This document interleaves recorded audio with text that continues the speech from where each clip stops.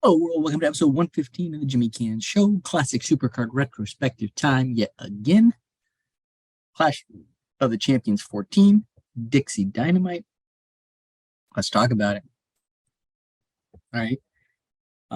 This was now a WCW event, not an NWA event. As in 1991, WCW stopped really promoting the NWA, began recognizing all the current champions within the company now as WCW champions, not NWA champions. However, at this point in the year, all the individuals are still carrying the old NWA titles.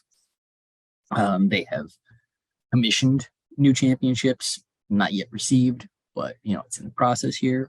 So this is really now the official birth of WCW here in 1991.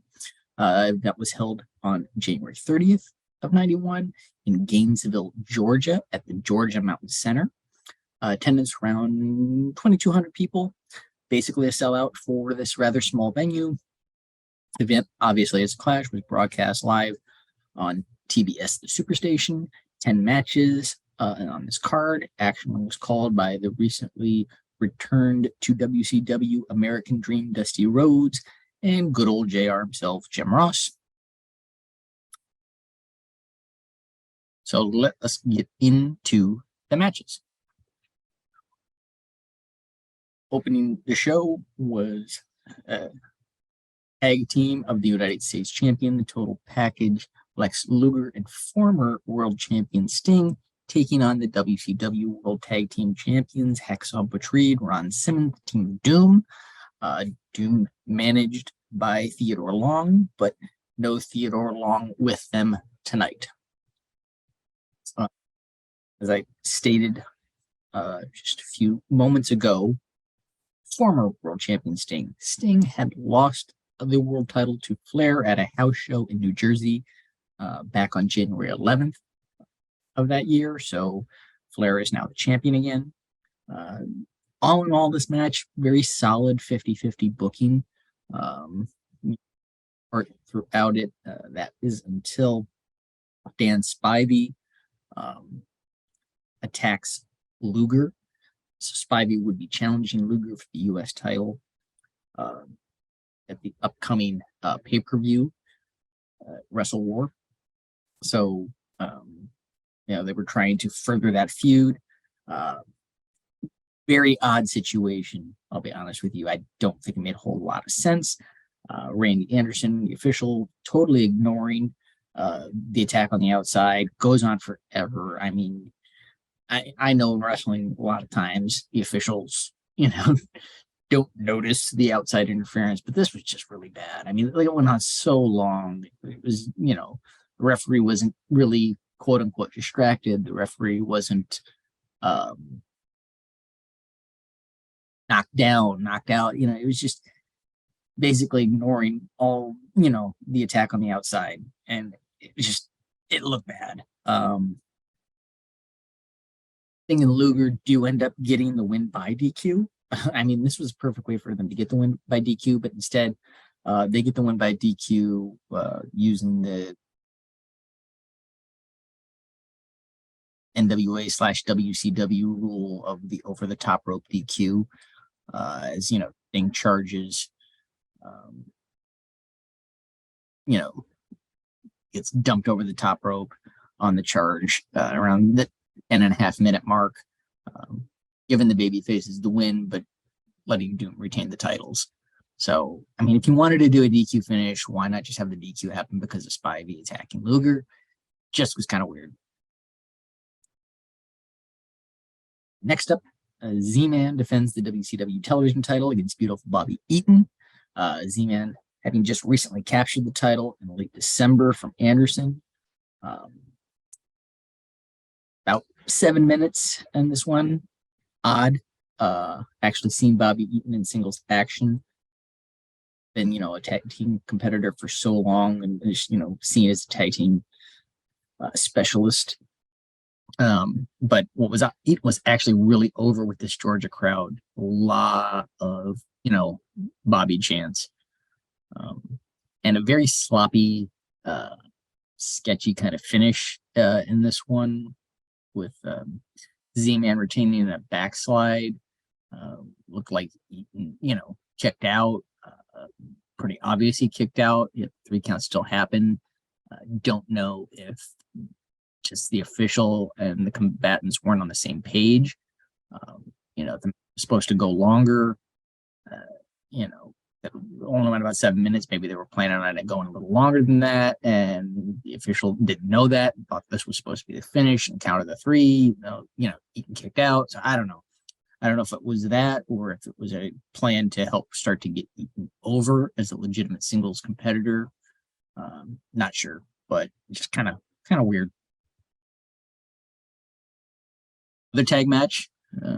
Here in match 3, makeshift team of the veteran Wildfire Tommy Rich teaming with a young Alan Iron Eagle against the dangerous duo, the greatest rock and roll band of all time, the Fabulous Freebirds, consisting of one Michael P.S. Hayes and Jimmy Jam Garvin. 6 minutes here. It's pretty obvious the Birds are the actual established team. So, they get the win via a double DDT on Iron Eagle when Rich was, arguing with the official more or less, and his back was turned. The double team happens, and then the official turns around, and 3 count is made.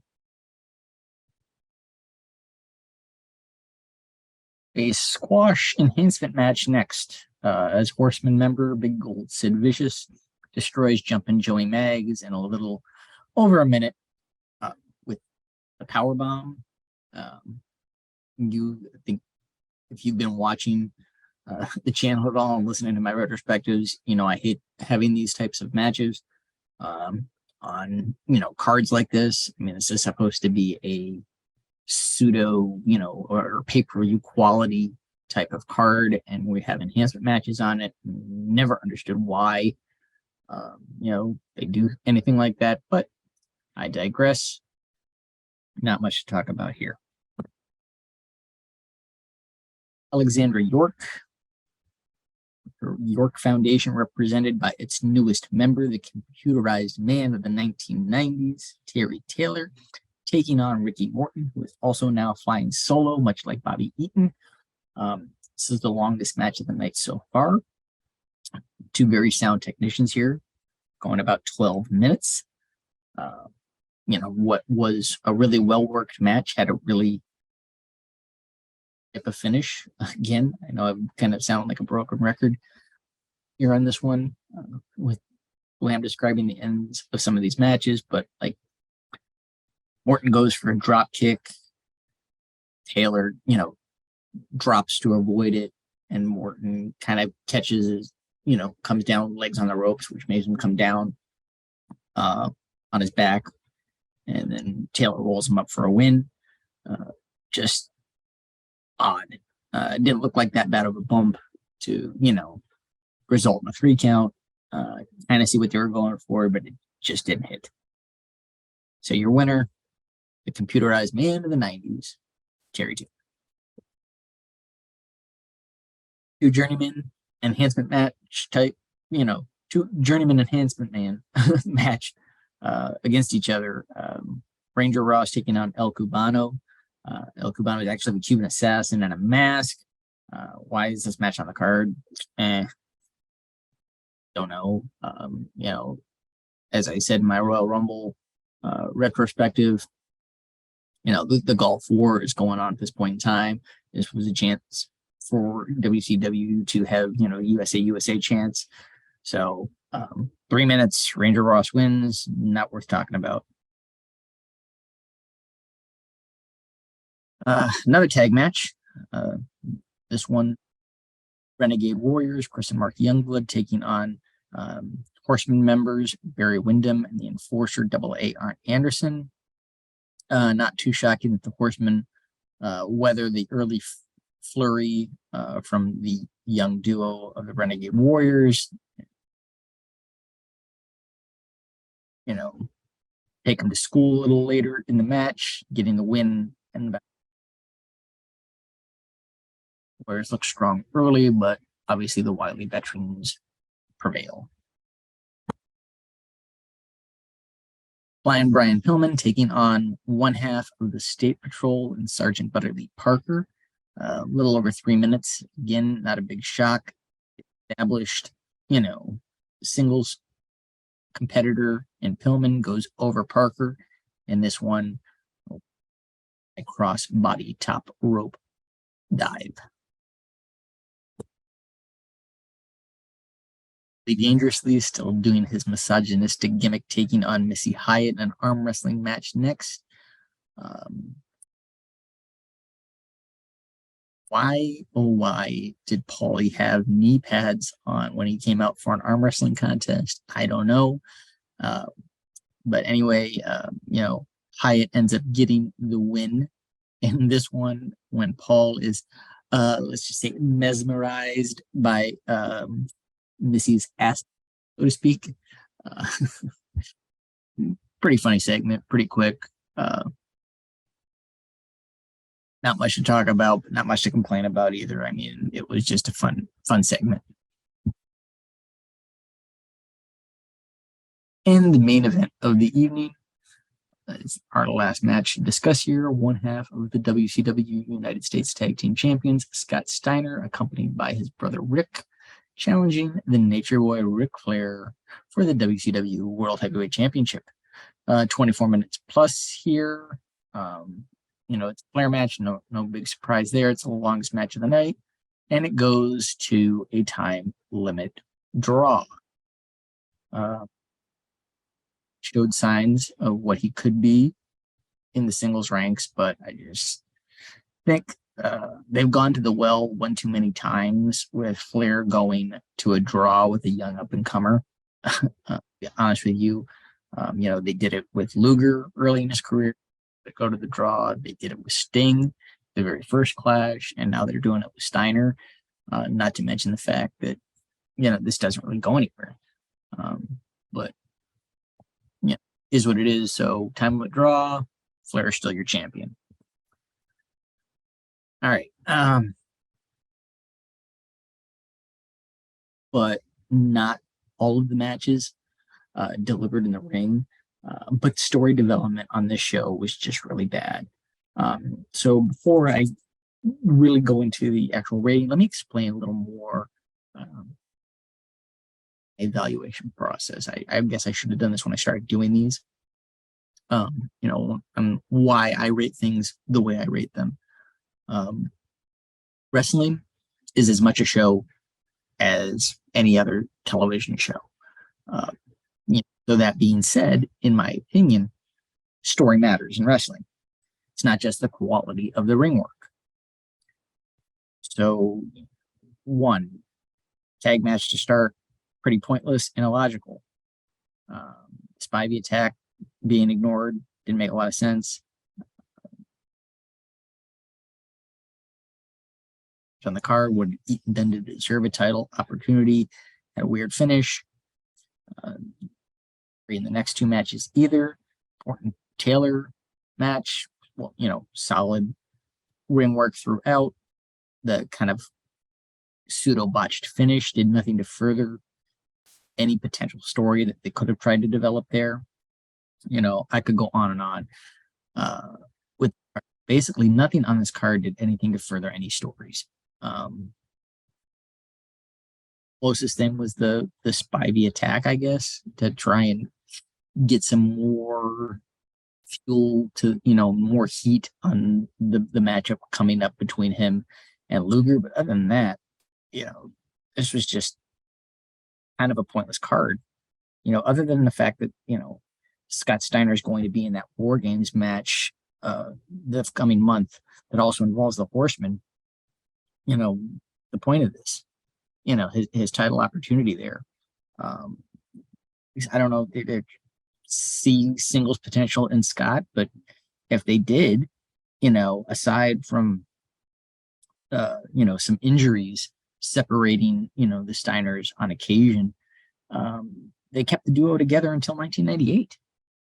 So what was the point of having this match in 1991? Isn't just match quality. Yes, wrestling is live theater with athleticism, but you also have to have story. a movie, characters, great actors, best action sequences, maybe ever filmed, and great effects, etc., etc. But if there isn't any story or just a bad script, um, nobody's going to enjoy said movie. Let me give you an example. All right, Batman and Robin. You had George Clooney, Uma Thurman, Arnold Schwarzenegger, Chris O'Donnell, Alicia Silverstone, all phenomenal actors. Matter. It was Batman with some of his best rogues gallery villains all in one film. You had Freeze, you had Ivy, you had Bane. But this movie was doomed because the script was just god awful. It was a bad story and terrible, terrible dialogue. So bad story, terrible dialogue. The people in it didn't matter. You know what I mean? Like, these are all phenomenal actors. So I went on a tangent there, but I wanted to explain to you why I kind of rate things the way I do. So that being said, it's score time. Scale. Like I said, this is a bad show. There's just there's not much to redeem anything here. It wasn't even like all the matches had great wrestling. Only some of them did. Some of them had really bad wrestling, to be quite honest. So, out of 10 belts, this is a 3. And I'm being generous. No amount of good ring work is going to make up for just the lack of any real good stories making sense that further any of the current feuds. It was pointless. It's a pointless show. This was supposed to be kind of the build-up going into the coming months Wrestle War, which will be our next retrospective to discuss. So, will this one fare any better? We'll have to wait and see. But there you have it. So, as always, give the channel a like, share, subscribe. Wherever you are, I hope you're all doing well. Take care of one another, and I will see you when I see you.